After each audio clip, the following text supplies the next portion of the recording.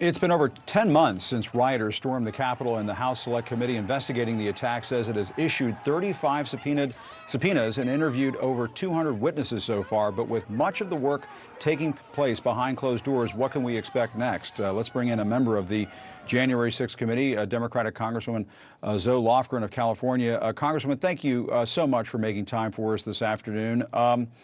Help us out a little bit here. Can you provide any specifics about who these 200 people are that you've interviewed? I'm not asking for names, dates of birth and social security numbers, but can you give us a little bit of context? Yes, many of them are people who were in the administration during the former president's term who have information that they want to give to us.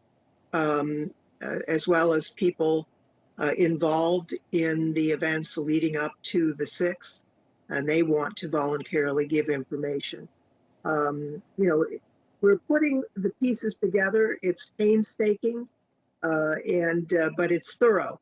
And we hope when the process is completed that we will have a very reliable and complete picture of the events that led up to that terrible day. And can you say if former White House staffers have testified, Trump campaign staffers, the staff of the former Vice President Mike Pence? That's all of the above? Well, let me not be that specific, but let me say certainly there have been people part of the Trump administration who have spoken to us and provided important insights that have led us to further questions. Many people are coming in voluntarily. Some we're going to have to subpoena and have, in some cases, there will be more subpoenas. Some need a subpoena, to give cover for coming in. And then there are also third parties who might have information. For example, we are following the money to find out who paid for it. That's an important element of following the money trail, and that's not always just testimony. It's documents. Yeah, I want to ask you about that in just a second, but your committee blasted former White House Chief of Staff Mark Meadows for refusing to say whether he used a private cell phone on January 6th or where his text messages are. Can you give us some context on that? Does the committee have information that he destroyed devices, deleted messages? Well, he has an obligation to come in and give testimony to the committee under law.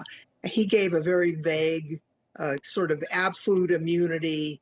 He doesn't have to come in and testify because the former president and he spoke. Well, there's a lot of questions that we have for Mark Meadows that have nothing to do with his conversations with the former president. Some of them have to do with his potential use of a private cell phone and email and what happened to those records. As you know, we are pursuing records from the National Archives, which scoop up all the presidential records after the term of a president. We don't know that everything has been captured there. We'd like to ask him about that. But there are other conversations that he had with people other than the president relating to the events leading up to this. He has to come in and tell us. He can't just say, I don't want to. And if he thinks that he has a claim of privilege, he has to assert that question by question. I mean, for example, putting executive privilege to one side, if the Fifth Amendment says you don't have to testify against yourself, but you can't just say that blanket. You have to go question by question on that point. Right. But I guess just to button up that subject, are there concerns that you have or others on the committee that they might have that Meadows destroyed evidence?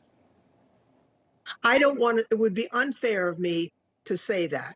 But let me just say we would like to know about his use of a private cell phone and what happened to that cell phone and whether those records have been captured by the National Archives as the law requires.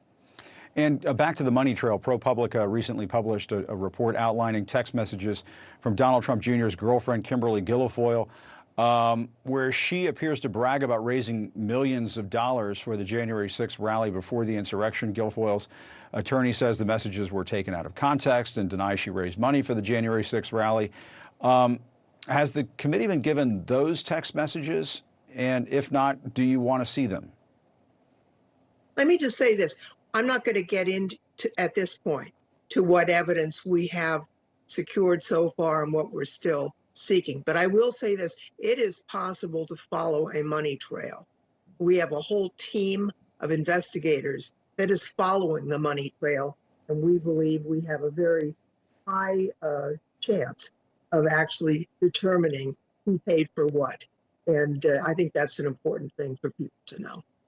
And Steve Bannon, as you know, just pleaded not guilty to contempt of Congress for refusing to appear before the January 6th committee. Let's play a little bit of what he said about his indictment. This is going to be the misdemeanor from hell for Merrick Garland, Nancy Pelosi, and Joe Biden. Joe Biden ordered Merrick Garland to prosecute me from the White House lawn when he got off Marine One. And we're going to go on the offense. We're tired of playing defense. We're going to go on the offense on this and stand by. He said, stand by, some phraseology that may ring a bell for some of our viewers. Do you see some of that language as a threat? Certainly. He is a very bellicose individual and certainly apparently thinks he's above the law. The Department of Justice felt otherwise, as did the committee. He's not permitted in the American system of justice to just say, I don't want to answer any questions. I don't have to. The law applies to all of us, to the former president, to Mr. Bannon, to me, to you, and there's no special elite that is excused from complying with the law.